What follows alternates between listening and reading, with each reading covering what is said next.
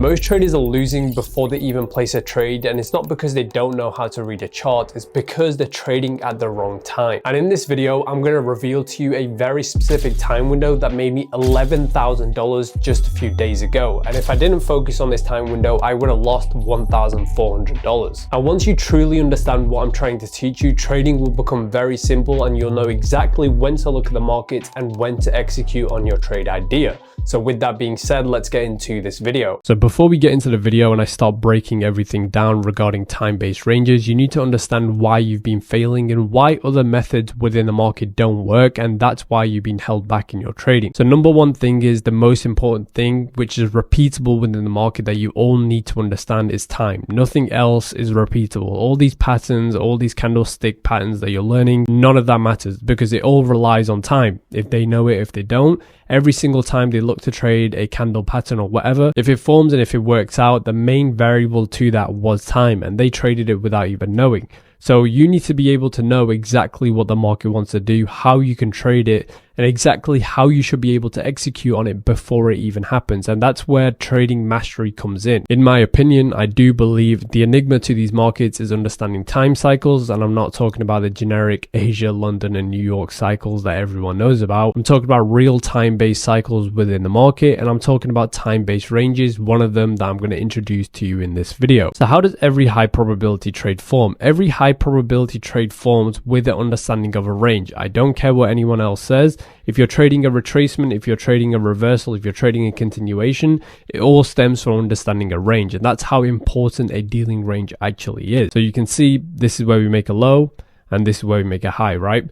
Within this, there's always going to be a time-based range. If you know it, if you don't, you're going to know there's going to be a time-based range. One of them we are going to get into. And this time-based range has a lot of emphasis on the market. That's what we put a lot of emphasis on because this is where it's going to happen every single day. It's a time-based range, right? So every single day, regardless if the market moves higher, market moves lower, this range is going to form. And all your trades are going to be stemmed off this understanding. So we have this high, market takes out the high. Ideal scenario, market runs out the high of the dealing range. So this was the overall range of the market, right? And this was a internal range, but this is a time-based range. It's very important because actual orders rest above this marketplace and actual orders rest below this marketplace. So this is where orders need to be paired at an interbank level and high frequency algo level as well. So here, once we take out the high, all I'm looking for is a retracement back. So I don't care if you trade retracements, reversals, or whatever. This is where still the logic that you trade comes into play. And if you trade continuations, then obviously this is where you look for both high and low of the range to be taken to look for the upside. And this is one thing you need to look out for. When we have a dealing range and we take out both buy and sell side liquidity, there's always going to be a low resistance run to the upside and vice versa. If we take out the low and then the high, there's going to be a low resistance run to the downside. And that's just a little gem that I threw in there. So everything stems from a time-based range. So now you need to understand what this time-based range is. So the time of recording this video is the 13th of August. This is my time-based range. So let me move on to the lower time frame. This time-based range starts at 112 and finishes at 212. So I'm going to put it on the screen right now, right here. And this is where you need to focus on one side of this range being taken, regardless of the day, regardless of anything else. This range is going to form every single day. It doesn't mean it's going to be tradable every single day. I mean, there's going to be setups, of course, but it doesn't mean you have to trade it every single day. And we're going to break down exactly how you should be focusing on it. So what did we speak about before? So if I zoom out of this fractal, what do we have? We have a buy side liquidity pool above here, and then we have a sell side liquidity pool below here. So this is the overall range of the market, right? That's what we spoke about. And then what do we have? We have an internal range. So we have a high and then we have a low. So this is everything you need to be thinking about when you approach these markets. So this is the overall range of the market, correct? I'll just circle the low and I'll circle the high. So for me, these are potential targets if the time-based range is hit. So if I zoom into the time-based range, you can see we make a low and we make a high. What is this? This is just a fractal of the dealing range, and this is an internal range within the overall range.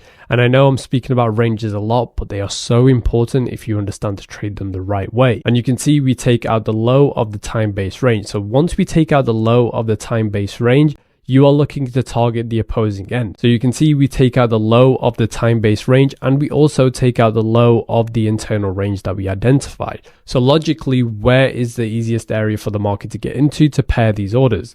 Easy, the buy side liquidity above the time-based range, and the buy side liquidity above the internal range, and the buy side liquidity which is above this high. So one thing you might be asking, you're like, okay, so you identified this range, but how come price didn't take out this low and target that high?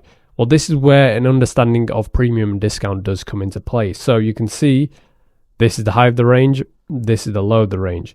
The market drops lower and finds a discount. So we trade into below 50%, take out the low of the internal range and the time-based range. So for me, if the market trades below this low, so say for example, we just dropped, traded below this low, this is a high probability setup. This is where I can risk more on this trade, and then I can look for the upside. However, that didn't take place. We just took out the time-based range and the internal low. I can still look for a long, I just know that I'm not going to put a lot of risk on this position.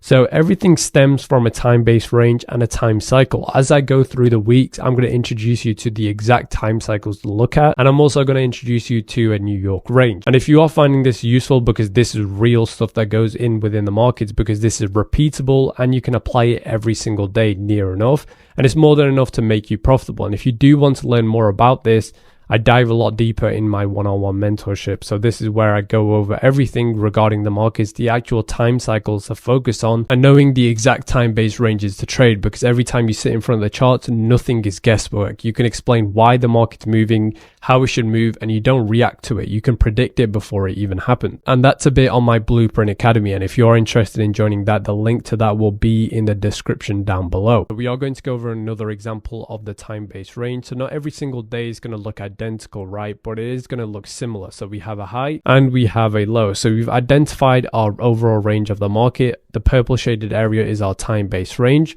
All we are looking for is the market to start dropping lower, but we can only sell this market. That's because we've taken out the buy side liquidity above the time-based range, and we traded into the overall range high. So we trade into a rejection block right here. 1, 2, 3. So 3 times we trade into this area and then we reject away. So obviously the idea of a rejection block is price rejecting away from a certain level. And then we close below these 2 up close candles. Once we do that, this represents a change in delivery. This is exactly where we can sell from, where they stop above the high of the range, looking for the sell side liquidity target. So you can see this is where price drops down lower.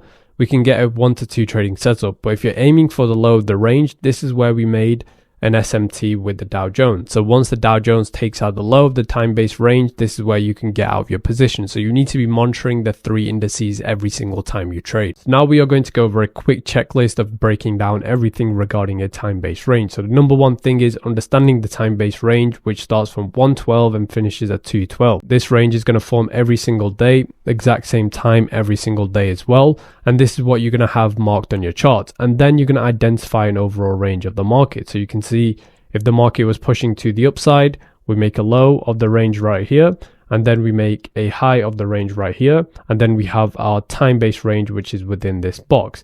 So these 2 things come hand in hand because it makes it very easy for you to look and trade these markets. Next thing you're looking for is a change in delivery. So if the market takes out the buy side liquidity above here, you're looking for it to change delivery, closing below up close candles, and then breaking down to the downside. And then you can look to target the opposing end of the range, which is the time-based range and the overall dealing range. And lastly, all you have to do is trade the plan. You don't do anything outside of this. For example, if the market takes out the high of the range, you can only short this market. Why can you only short this market? This is because we traded above the time-based range and traded above a dealing range high.